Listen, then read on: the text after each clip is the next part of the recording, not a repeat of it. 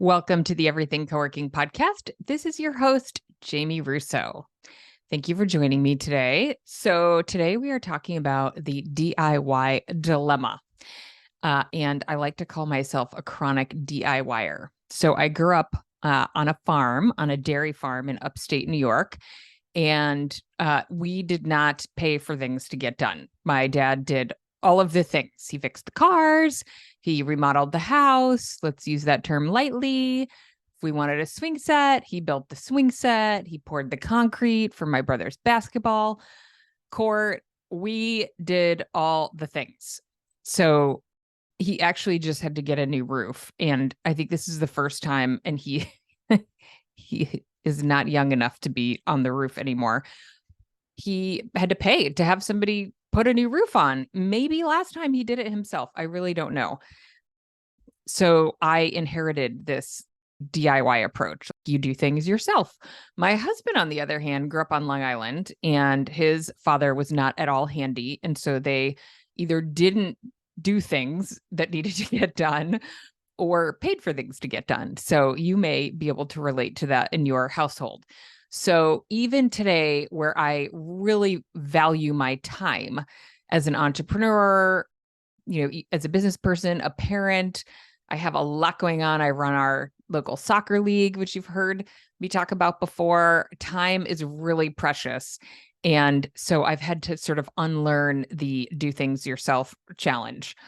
But recently, we have a second home that will hopefully be an investment. We are on the short-term rental waiting list for some time, but we will start creating that as a short-term rental property as soon as we are able to. So we've been kind of getting it all set up. So that is some extra work, certainly an extra expense until we can monetize it. And we have to get the deck stained. So we had a very challenging winter, 700 inches of snow. We have 3 decks, and I've started looking around the neighborhood. Very few houses have 3 decks. It's ridiculous. Something maybe to consider in the purchase process that need to be maintained. So they need to be stained. So we got a quote for this. And mind you, I should tell you in the middle of this, we bought the house last year and then had it all repainted, new floors. And then we had significant water damage. So we had a lot of expenses over the winter, some of which were covered by insurance, not all, to sort of rehab the water damage, which was in a lot of the walls. We didn't lose any furniture, fortunately, but we had to repaint and do a bunch of repairs. So anyway, coming off of that, we got a quote to get the deck stained, and it was $5,000. And I was like, that's a lot of cash just to stain the decks. I'm going to stain the decks, thinking my husband and I would stain the decks. So our plan was to spend most of July at the house, which we did most of, except we had to leave for part of the month so that the repairs could get done. Because as you know, if you've had anything to do with home or commercial construction, it's hard to get contractors. So we were at the mercy of their schedule. So we did not have all of July. And we also did not anticipate that there would be a ton of pollen. So I don't know if this is typical, but we had an awful mosquito season and pollen season. So for all of July, we'd wake up every morning and there would be like an inch of pollen on the decks, on the driveway, on the cars. It was a mess. So we realized, we cannot leisurely deal with the decks while we're here because of the pollen. Like, how do we do the decks with pollen accumulating every day? So we said, okay, we're going to put a little hold on that. We'll get an estimate. That's when we got the estimate. It was $5,000. And I said, okay, well, I'll do it. And I'll do it, I'll figure out a time like early fall before soccer season starts. Because once soccer season starts, I cannot spend any weekends there. So we talked to our local handyman. He gave me a couple of tips. I scribbled them down in a notebook and I was like, I can do this. Then I started watching YouTube videos. Does this sound familiar? If you're thinking about starting a co-working space, this is my analogy. Watching YouTube videos, trying to piece things together. So I watched some videos and I was like, I got this. They make it look so easy. I watched a couple of like independent people. And then I watched like the Lowe's Weekender video, which is a woman. And I was like, I can totally do this. So I didn't, because of scheduling though, I couldn't get my equipment locally. I had to get it at home. So I went to the local paint store, and in hindsight, like, they're not an expert in decks that deal with snow, right? Because where I live, there is no snow ever. There's a lot of rain, but they don't get snow. And so I'm not totally sure the person I worked with, he seemed pretty confident. But I told them what I wanted. They didn't have exactly what the contractor had recommended, which I could have gotten if I went to the location where the local to the cabin could have. Yeah, it's a cabin. So picture cabin with wood exterior and wood decks, 3 of them. So if I bought the materials locally, they would have had what he told me to get, although I still would have gotten the wrong color. So anyway, I buy all the materials, which is hundreds of dollars worth of materials. I take them to the cabin. So I kind of like make a work week where I've got some time, like in the morning, in the afternoon, to do some deck staining. And I'm ready. I've got a little time blocked off. I'm there by myself. I have 1 dog, not 2 dogs, no kids. So my plan is to spend like the mornings and the evenings doing the deck, and then do my meetings and whatnot in the middle of the deck staining. Well, I revisit the YouTube videos and I realize I did not watch them that carefully. I was kind of overly optimistic, maybe, or just not very detail oriented, which is certainly possible. And I didn't make notes about the drying time. So when you stain, you have to do, and I also didn't really absorb these details. You have to use deck wash. You're basically using a chemical to get the old stain off, which I didn't process. And then you power wash it, and then you wait 2 days. Then you sand it, and then you have to power wash it again and wait 1 or 2 more days. And then you can stain. And oh, by the way, then you need 2 coats. So I did not process all the drying time. So I didn't really have the drying time worked into my plan.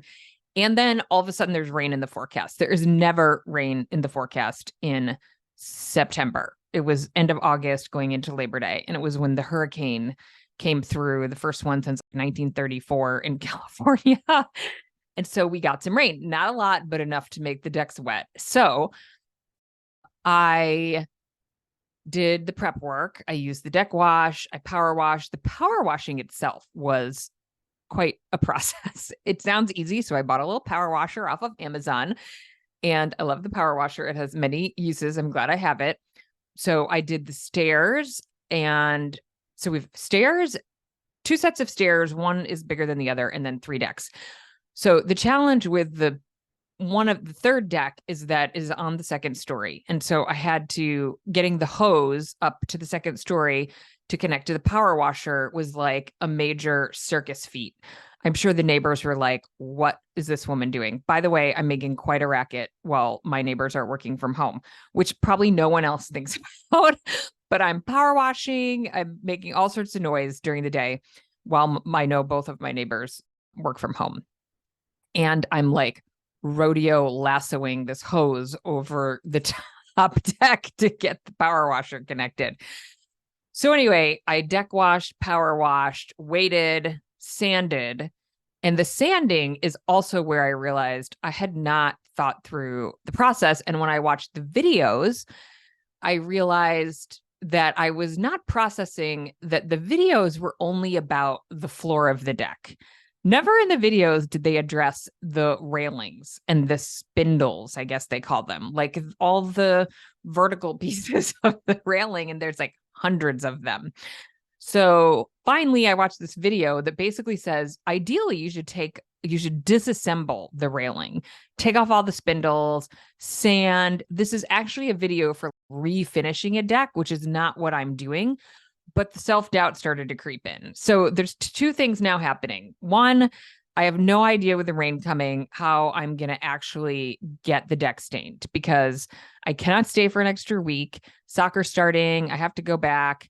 when am I going to come back and do this? And I'm watching these YouTube videos and realizing it's going to take like forever to stain the spindles of the deck.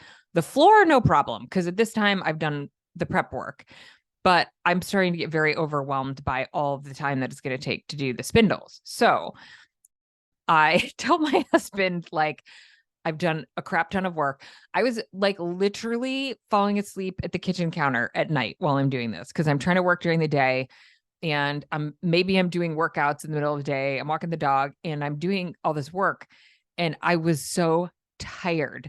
It was exhausting. And so now I don't know how I'm going to make the time to do it. And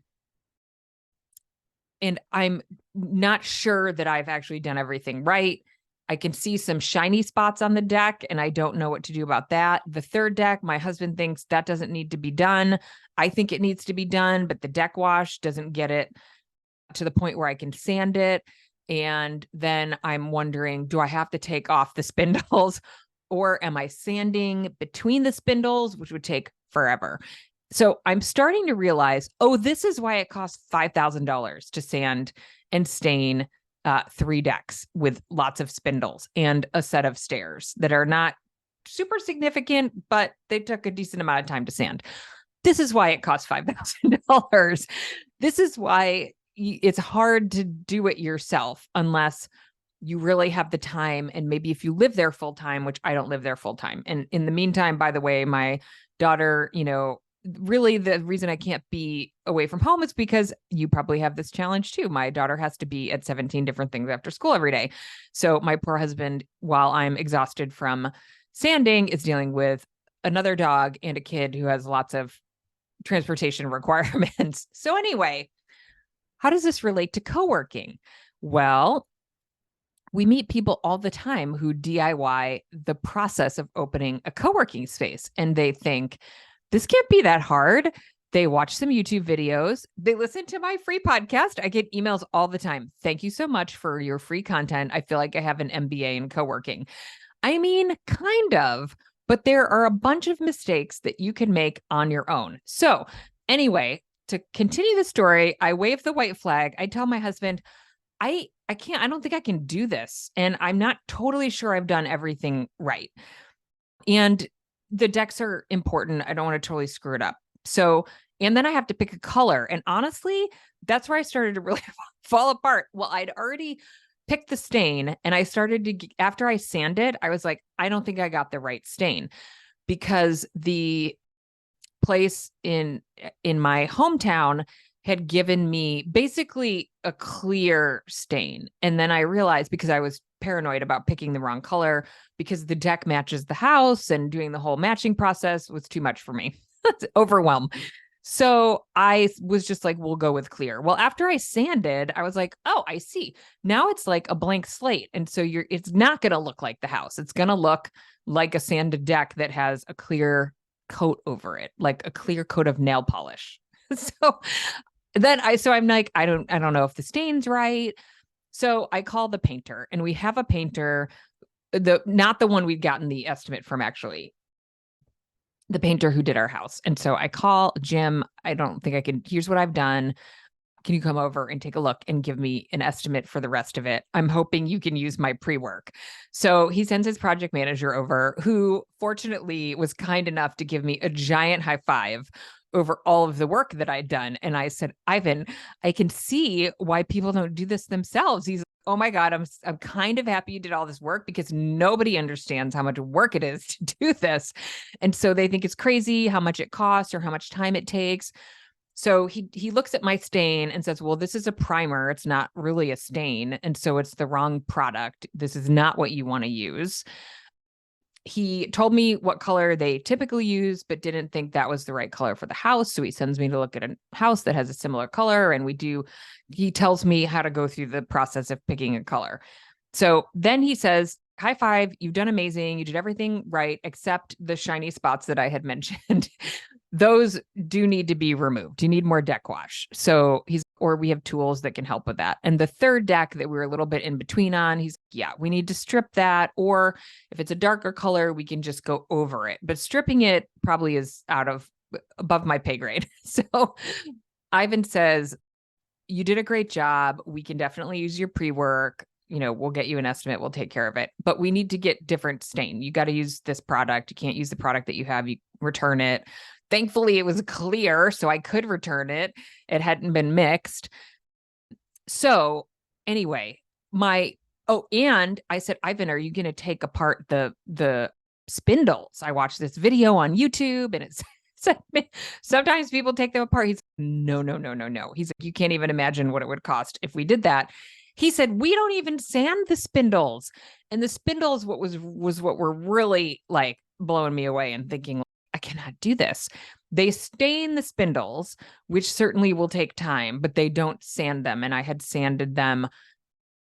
I would say I did a B grade on the sanding. The stairs and the floor, A grade, but did not do what I thought was excellent work on the spindles because it was so time consuming. You could only listen to so many podcasts. You know what I'm saying? So he said, oh yeah, we don't even sand in between. We don't even actually sand the spindles. We just put the deck wash on and call it a day. We do our best, but we're not going for perfection here because it would just take too long. Nobody wants to pay for that and they don't want to spend the time on it. So the other piece of this is it's such detailed work. Like I hate detailed work unless mostly I hate it. So I didn't want to do it. Like I was thinking through, doing the floor of the deck is fine because that's like broad strokes, couple of coats, we're done, we feel good. But man, those spindles, I was just like, that's going to be torture. And that's a personality thing and probably an entrepreneurial thing, right? So somebody else needs to be paying attention to the details. So how am I going to bring this back to co-working? I'm going to bring it back to co-working because, again, I see a lot of people thinking they're going to DIY this process and they make a bunch of assumptions. They watch some YouTube videos. Like I said, thank you for the MBA from the podcast. But that is not going to get you all the way. You're still going to have to do a lot of detailed steps that probably you as an entrepreneur will not make yourself go through on your own. And whatever money you would spend getting some professional support will have an ROI 100%. And it's worth it. It just costs that much to start a business. Like with the deck example, you know what? It's $5,000 because it takes a lot of hours to stain the deck. So it's really like man hours. You know what I mean? They're not like promising some magical transformation. It's just man hours. So it's worth it. There's a reason it's so expensive, right? And starting a co-working space is a giant investment. Even if you have a landlord paying for a build out, even if you're getting a good deal on rent, it is a giant investment. And so you want to spend the money up front to make sure you get it right. So you want to make sure, like I picked the wrong stain. The deck wash was pretty good, but it wasn't perfect. And honestly, I just didn't know what are those shiny spots from. In hindsight, I was like, oh, of course, they just need more deck washing. I didn't even really understand what the deck washing was doing, honestly, while I was doing it. I didn't even wear gloves. It's like a chemical. And I didn't really process that. I was like, that stuff smells kind of strong. And I'm a reasonably intelligent human being. So relating this to co-working, look, there's a lot of upfront work that you have to know how to do in order to even start the project. You need to be able to validate your numbers. You need to be able to validate the location. You need to do a bunch of boring pricing research. We do this stuff all the time. Our team does it for operators. We have a done for you approach that we're using with landlords. And so we do all this detail. And I also find it to be monotonous and boring because it's a lot of sit at the computer and do it work. So we have team members who will do it, but you have to do the work. You can't just skip it because you're an entrepreneur and you like the vision and the big picture stuff. So I would have used the wrong type of stain and would have had to redo it. And it would have been redo a bowl. It would, I mean, if I'd used that stain, I don't know what the outcome would have been. We probably had to put another coat of actual stain on it, not just because it didn't have a color and wouldn't look great, but because it was the wrong product. So, this is akin to like in co-working, probably picking the wrong product mix, except let me tell you, to fix the deck, maybe it would have cost, another $1,000 to do another coat of stain. When you're talking about starting a business like co-working, if you get your product mix wrong, that is like generally unfixable because we're talking about walls and insulation and wiring and electrical and all HVAC, things that you cannot change after the fact without spending a lot of money. And so you want to do the work. I see people all the time making just the wrong assumptions about what size the offices should be, all sorts of things, what the layout should be, what the right product mix should be, what works for a certain market. They don't want to do the work. They just like the creative part of sort of, throwing spaghetti down and not being really, really diligent about the details. We totally get that. We relate, but you got to do the work. And so you should get help and hire people to do the details that you don't want to do. We see people sort of putting earmuffs on about their pro forma. They don't want to do the detail on the pro forma. I mean, I work with entrepreneurs who are absolutely phenomenal about getting into the numbers. I'm not saying nobody, but we do see it where people just la la la, the numbers are fine. People who are planning to go pursue funding. If you want to get a bank loan or an investor or sign a lease or buy a building, you have to really, really know your numbers, or else that is a giant risk that I would not ever take. So to me, that's you want to work with the professional. Like when Ivan came over, I was like, oh my God, Ivan, has stained like a million decks in his life. And now he's a project manager. He knows what all the mistakes are and he can just make this go really, really smoothly. It was so reinforcing. Now, I was still really proud that I'd done a lot of work on my own. And frankly, that it was going to be a lot less money because I had done all this manual labor. So I had saved the money. And in my mind, I was like, look, I don't want to spend $5,000 on the decks. I want to spend $5,000 on, some other thing that we need. So if I can leave that in the bank account, I would like to do that and use it for something else. But that is not how it worked out. We had to spend it on the decks. So and even unforeseen challenges that come up. Okay, I don't really know what to do with this third deck that's kind of needs staining, kind of doesn't. I see this all the time. Construction costs are too high. I get an IT quote that I don't understand. People think that they can figure out the process as they go along, but man, you're really in uncharted waters once you get into validating the business model and then picking your tech stack. The IT quote, I mean, I can't tell you, I just saw yesterday, you're probably listening, the person who sent me this has a 3,800 square foot space and their IT quote was for $64,000. She sent it to me. She's like, does this look right? No, it does not. So I sent her, what it should look like. And I said, this is what you asked for. She's in our startup school and works with us one-on-one. So what if she was doing this on her own and just thought, that's what you have to spend? That's a giant expensive mistake. But she doesn't know. No one knows. I mean, unless you've done it before, you don't know what the IT equipment looks like. And these quotes they send, not to go on a tangent, but you couldn't tell what anything was. All the line items were like Greek, literally. It was ridiculous. I said, honestly, this is some male IT guy trying to take advantage of the fact that you're a female and have no idea what you're doing with IT. Send it back and tell them no, thank you. Happens all the time. So you're running into details that you don't know how to navigate. And if you don't have support, it's going to get really expensive really fast. And the cost of fixing these errors is like almost undefinable. Some of them you simply cannot fix and you're going to lose money. And even I'm talking to you, the sophisticated asset owners out there who spend money on real estate and, have P&Ls and all those things. I work with asset owners who make a lot of assumptions about the business model that simply just are not right. And you cannot create a sustainable business the way they're approaching it. So you need to understand what the benchmarks are and what a successful model looks like, and then adjust from there.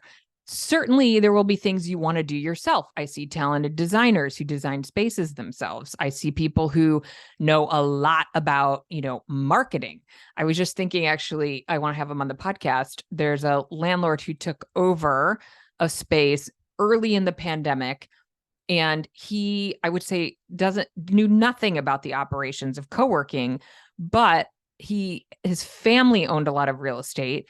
And his day job was in customer acquisition. So he called me and asked me all these questions about CAC and, all these metrics in the industry. And he sent me a note and said, we're full. And I was like, yeah, that's interesting. He doesn't know anything about the business, but he understands customer acquisition. And that is a huge advantage in this business. And so there are things that you will DIY because they're in your wheelhouse, but there are things you should not DIY. So there's financial costs, there's time delays. By the way, our decks still have been stained. I'm still waiting for the contractor to do it. So, but I was never going to get to it myself. I cannot. My schedule does not allow me to go up there for days on end waiting for stain to dry during soccer season.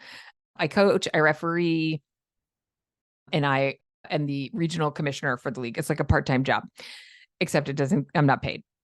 Emotional toll, like frustration, doubt. I would have had a lot of regret if I'd done all that work and it turned out I put a primer on the deck instead of a stain. And then explain that to my husband, by the way, who wanted me to pay to get it done like from the beginning, and to, tell him like, look, I spent all this time and money on the materials and I got it wrong. Even telling him like, you know what? I told you I watched all those YouTube videos, but I didn't take notes and I did not really process what this looked like was embarrassing to me because he is super detailed. He's a finance guy. He does not make those kind of mistakes. So he does not have my like big picture chase shiny object tendencies. So even telling him, hey, I totally got this timeline wrong and I cannot actually stain the decks when I thought we could was challenging for me. So imagine telling your spouse, hey, I made this all up and spent hundreds of $1,000s of our savings, but I made a bunch of assumptions. I didn't really I didn't get into the details because I don't really like details. And so I made a bunch of costly mistakes and we're not going to make much money on this business as we thought. Imagine that. You don't want that. So keep those things in mind when you are tempted to DIY this business and figure things out on your own, because it looks easy to reverse engineer. The deck looked easy too. And it would have been if I had only been looking at the floor of the deck and not missing some of the details. I seriously, when I go back to those YouTube videos, I'm like, how did my brain not process the wait time, the drying time in between all the steps? Just, gone, didn't process it at all.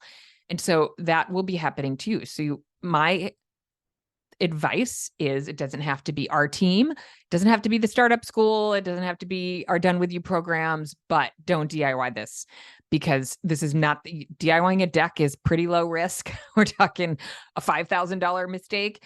DIYing a co-working space is tens, maybe hundreds of $1,000s of mistake, especially over a 7-year, 10-year lease. So make sure that you're getting some expert support.